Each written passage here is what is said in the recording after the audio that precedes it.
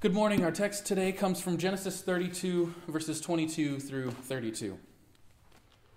That same night, Jacob got up and took his 2 wives, his 2 maids, and his 11 children and crossed to the ford at Jabbok. He took them and sent them across the stream, and likewise everything that he had. Jacob was left alone, and a man wrestled with him until daybreak. When the man saw that he did not prevail against Jacob, he struck him on the hip socket, and Jacob's hip was put out of joint as he wrestled with him. Then he said, "Let me go, for day is breaking." But Jacob said, "I will not let you go unless you bless me." So he said to him, "What is your name?" And he said, "Jacob." Then the man said, "You shall no longer be called Jacob, but Israel, for you have striven with God and with humans and have prevailed." Then Jacob asked him, "Please, tell me your name." But he said, "Why is it that you ask my name?" And there he blessed him. So Jacob called the place Peniel, saying, "For I have seen God face to face, and yet my life is preserved." The sun rose upon him as he passed Peniel, limping because of his hip. Therefore, to this day, the Israelites do not eat the thigh muscle that is on the hip socket, because he struck Jacob on the hip socket at the thigh muscle. This is the word of the Lord. Well, as the saying goes, when you get your bachelor's degree, you think you know everything. When you get your master's degree, you realize you know nothing. And when you get your PhD, you realize nobody else knows anything either. Well, all of us who now know nothing are receiving the appropriate degree. After many years, some 2, some 4, and some more, my fellow classmates and I are graduating. Here at Nazarene Theological Seminary, we have worked, we have read a lot. We have thought, we have written a lot. We have been challenged in ways we could not anticipate 2, 4, or more years ago. Those of us who will be leaving this institution in a cap and gown are a slightly different crew than the one that came in. Some who came to NTS have decided to finish their degrees elsewhere, and there are some who have decided not to finish. We've taken classes that have pushed us to our limit: hermeneutics, integrative theologies 1, 2, and 3, the book of Revelation, the theology of Saint Irenaeus, ethics, preaching. And so why is this graduation any different than other graduations? Well, just 4 years ago, I was graduating from Olivet Nazarene University with a bachelor's degree in history and philosophy and religion. While at Olivet, I sang in PR groups, I played in chapel band, I learned what the word existentialism meant. College is such a special time, this kairos moment. And it was in college that I realized I needed to work with college students like myself. At Olivet, I made lasting friendships. Kevin, Sam, Wade, Justin, Jason. These were and are my best friends. And we graduated. It felt incredible to be done with that degree. I'd put in 4 years at Olivet, and while I knew I would be going to grad school, I had accomplished something. On that incredibly hot day in Bourbonnais, Illinois, with all my friends and family present, this pretentious 22-year-old walked across the platform of Strickler Planetarium. Like many of you, my fellow classmates, I turned my tassel and graduated. We've graduated before. We've done this. So what is so special about this graduation from Nazarene Theological Seminary? Just 4 years before I graduated from Olivet, I, like all of us here, graduated from high school. Belleville East High School in Belleville, Illinois. We were the Lancers. I played soccer, tennis, sang in many choirs, was on the speech team, I was in plays. But unlike college, I have very, very few lifelong friends from high school. We may be Facebook friends, but we don't talk. We're not real friends. So in early May of 2005, I crossed the platform of Belleville East's gymnasium, receiving my high school diploma. But after graduating high school, nothing really changed. Sure, I had a diploma. But was I a different person? You see, we've graduated before. We've done this. So what is so special about graduating from Nazarene Theological Seminary? And before I graduated from Bevel East, I had my 8th grade graduation. Junior high, the absolute worst period in all of our lives. Some of us even graduated from 5th grade as we entered junior high. I graduated from kindergarten. With all of these graduations, maybe we've trivialized it. Maybe. But we've graduated before. We've done this. What is so special about this graduation from Nazarene Theological Seminary?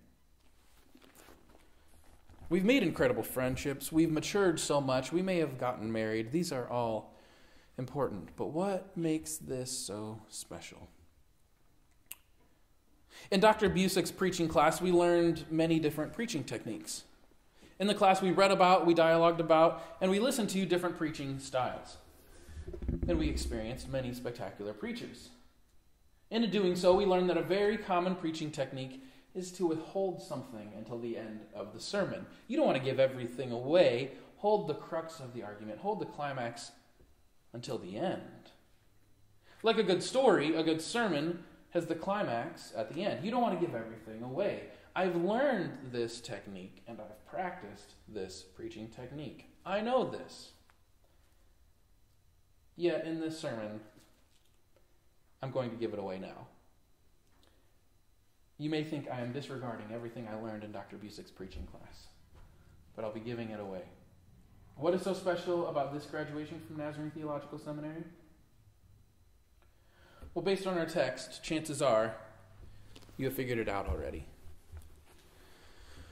You see, for those of us graduating, seminary has been our Peniel. Here at Nazarene Theological Seminary, we have wrestled with the divine. At this place, God has been present, the holy has been evident, and with him we have wrestled. And Jacob wrestled all night long. As graduating seminarians, we know a thing or two about all-nighters. And he wrestled until the break of day. To wrestle all night long would leave Jacob exhausted. If you're graduating this semester and you're not tired, you've not been doing it right. We've been wrestling with the divine for 2, 4, or more years. We should be tired. In our wrestling with the divine, has God not asked us the same question as Jacob? What is your name? To know someone's name was to know something about them. Name revealed something about their character, about their identity. Have we not been asked our name? Here at seminary, in our wrestling, God has been asking us, who are you? We have written a rule of life. We have had supervised ministries. We have taken senior integrative seminar. We have been asked our name. We have been forced to ask ourselves, what is my name? Who am I? And also, like Jacob, we have asked God his name. We have written assignments like, write 3,000 words on the relationship between the incarnation and atonement. What is your name? Who are you?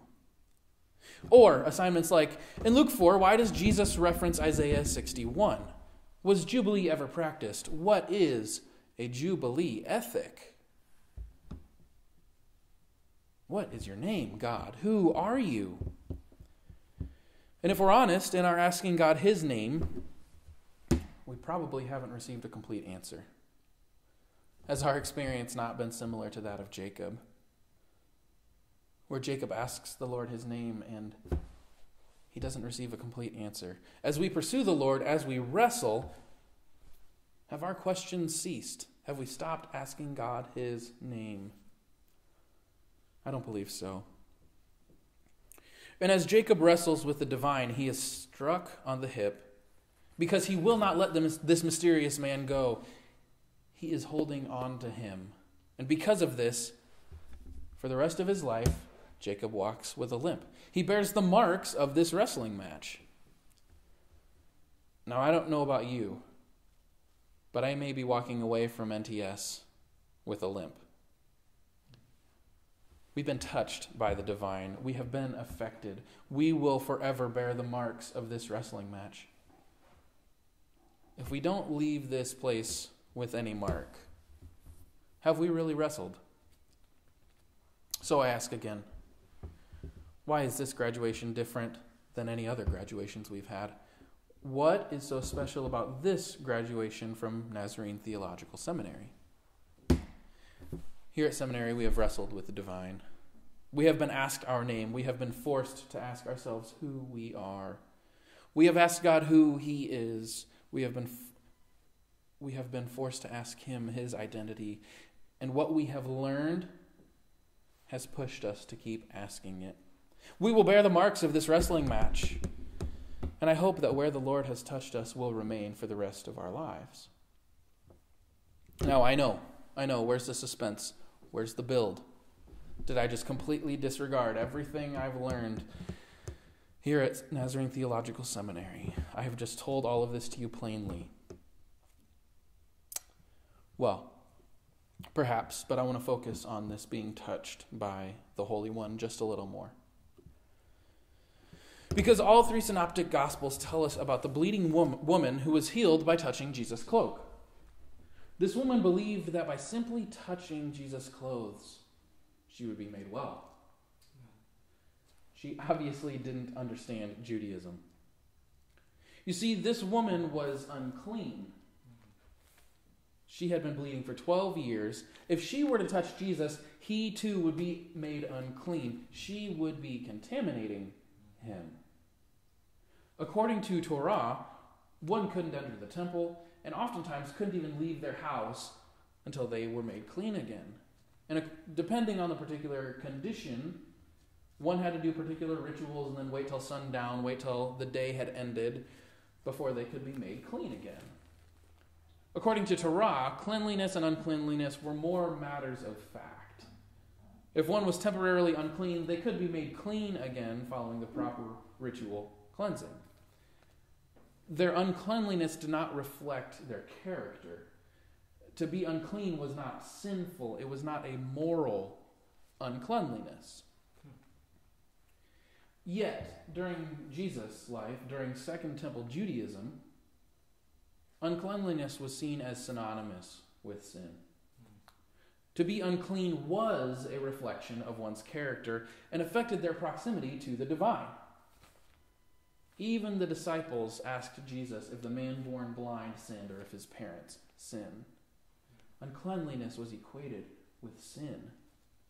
And so, by touching Jesus, this hemorrhaging woman would make Jesus unclean, would make Jesus unholy.